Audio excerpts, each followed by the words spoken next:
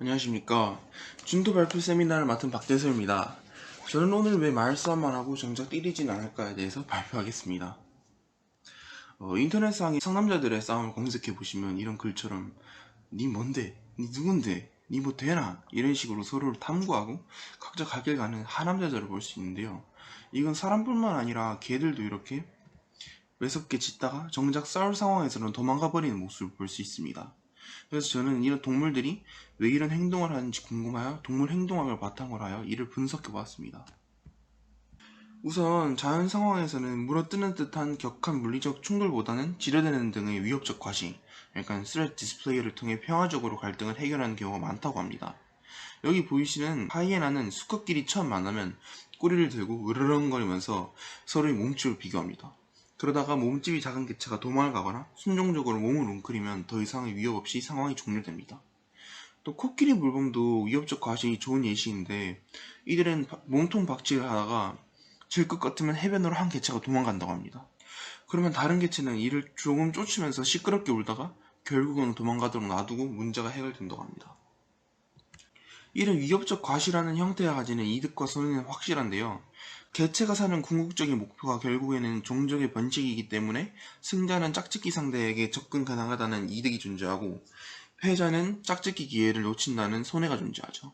이를 확실하게 할 수 있는 것이 번식기의 임팔라입니다. 번식기의 임팔라는 일정 영역을 가지고 그곳에서 암컷을 거느리고 사는 영역성 수컷과 영역 없이 소수의 암컷과만 사는 비영역성 수컷이 존재합니다. 이 둘의 위치는 자주 바뀌는데, 우리가 생각할 때는 영역성 수컷이 죽기 살기로 영역을 지키려 할 것 같지만 실제로는 영역을 지키는 행위가 손해이기 때문에 얼마 안가 영역을 포기한다고 합니다. 영역성 수컷은 일단 암컷을 관리해야 하고 또 영역에 침범하는 다른 수컷과도 싸워야 하기 때문에 모기 활동에 쓰는 시간이 줄어들게 됩니다. 그에 비해서 비영역성 수컷 같은 경우는 지킬 영역과 암컷이 없기 때문에 모기 활동에 좀 더 적극적이고, 풀만 먹어도 벌컥하는 이런 강한 임팔라들이 영역을 차지하게 되는 거죠. 이렇게요. 그래서 임팔라들이 싸우는 모습을 보면 우선 서로 머리를 흔들면서 콧바람을 불면서 다가갑니다. 그러면서 서로 뿌리 크기를 비교하는데, 뿌리 크기와 몸의 크기가 비례하는 경향을 가지기 때문에 뿌리 크기가 더 작은 개체가 도망가는 형식으로 문제가 해결되는 경우가 많다고 합니다. 더불어서 영성 수컷의 경우에는 싸움에서 손해밖에 볼 것이 없기 때문에 질 것 같으면 도망가서 이후에라도 다시 짝짓기 기회를 노리는 것이 종족 번식에 더 유리하기 때문에 쉽게 포기하고 달아나 버린다고 합니다. 이렇듯 종마다 위협적 과시의 수단이 존재하는데요. 사슴뿔 파리, 그리고 유럽 노루, 그리고 앞서 보았던 임팔라처럼 뿔을 가진 개체들은 뿌리 크기가 몸의 크기와 비례하는 경향이 있기 때문에 뿌리 크기가 작은 개체가 싸움에서 도망가는 경우가 많다고 합니다. 그리고 여기 보이시는 수컷 목걸이 도마뱀의 경우에는 입 주변에 자외선 무늬가 존재하는데, 이 자외선 무늬의 크기가 곧 무는 힘인 그 악력에 비례하기 때문에 이렇게 자외선 무늬 크기가 작은 개체는 싸움에서 더 많이 포기하고 도망간다고 합니다. 위협적 과시라는 갈등의 형태가 지금도 상당히 많이 존재한다는 것을 보았을 때 자연 선택적으로 승자뿐만 아니라 패자도 이를 통해서 가지는 이득이 있을 거라고 예상할 수 있습니다. 그래서 이를 알아보기 위해서 유럽 두꺼비를 이용해서 한 가지 실험을 진행하는데, 일단 이 두꺼비의 짝짓기의 그 형태가 좀 특이합니다. 우선 암컷 위에 올라가서 포접 중인 수컷을 만약에 다른 수컷이 공격하면 포접 중인 수컷이 울어버립니다. 그러면 일정 확률로 공격하던 두꺼비가 공격을 멈추고 그냥 도망가게 되죠. 그래서 할리데이와 데이비스라는 분들이 이제 한 가지 가설을 세우게 되는데요. 바로 두꺼비가 울음소리를 통해서 몸의 크기를 판단할 수 있을 것이라는 가설입니다. 왜냐하면 만약에 작은 수컷이 울음소리를 통해서 몸의 크기를 비교 가능하다면 자신보다 큰 두꺼비의 울음소리를 듣고는 도망가고, 자신보다 작은 두꺼비만을 판별하여서 싸우는 것이 더 이득을 주기 때문이죠. 그래서 연구팀은 우선 짝짓기 중인 두꺼비 한 쌍을 준비하고 다른 수컷 두꺼비를 주위에 두었습니다. 그리고 이때 두꺼비의 크기를 랜덤하고 입을 막아둬서 울음소리를 내지 못하게 했는데요. 이 상황에서 만약에 포섭 중인 두꺼비가 이제 공격을 받게 되면 스피커에서 저음이나 고음이 랜덤하게 나온다고 합니다.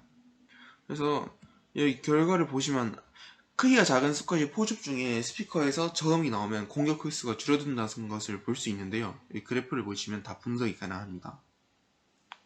결국에 촉각적인 단서, 그러니까 실제적인 크기도 어느 정도 영향을 주지만 저음의 울음소리는 몸집이 큰 개체들의 소리이기 때문에 경쟁자를 내쫓는 효과가 있다는 것입니다. 그렇다면 왜 작은 수컷들은 저음의 울음소리를 내서 큰 척을 하지 않는 걸까요? 왜냐면 큰 척을 해서 더 강해 보이면 공격도 더 덜 받을 건데요. 그 이유는 진짜로 못하니까 못하는 겁니다. 여기서 어네스트 시그널이라는 개념이 나옵니다. 이제 작은 두꺼비가 저음을 내지 못하는 것은 몸의 크기가 작아서이고, 그렇게 이 용어처럼 정직한 신호만이 날 수 있는 거죠. 그래서 이 어네스트 시그널은 송신자의 특성을 꾸밈없이 나타내고, 이를 드는 수신자를 이를 바탕으로 싸울지 말지를 결정하죠. 이 어네스트 시그널이 어떻게 진화되는지를 보면, 자, 여기 1번 개체와 2번 개체 모두 아주 강해 보이죠. 근육으로 넘쳐나는 헬창 캥거루들인데 이 개체들 모두 강한 개체라고 합시다.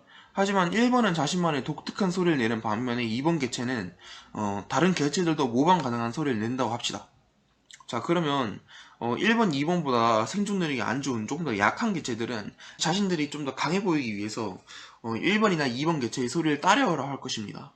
그러면 이제 1번 개체의 소리는 독특한 소리이기 때문에 따라하지 못하는 반면에 2번 개체의 소리는 너무나도 모방하기 쉽기 때문에 2번 개체의 소리를 따라하게 되는 거죠. 그렇게 집단 내에서 2번 개체의 소리가 퍼지면서 그 신호의 가치가 하락하게 되고, 그렇게 그 신호는 남것들에게 자연 선택적으로 무시당하게 되는 거죠.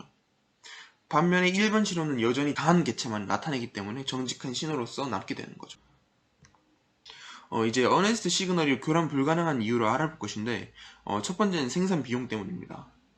여기 보이는 이 동화뱀은 진짜 헬창 종족인데, 요 옆줄무늬 동화뱀은 암컷에게 본인을 어필하기 위해서 팔굽혀펴기 대결을 해서 더 많이 하는 쪽이 암컷을 가져간다고 합니다.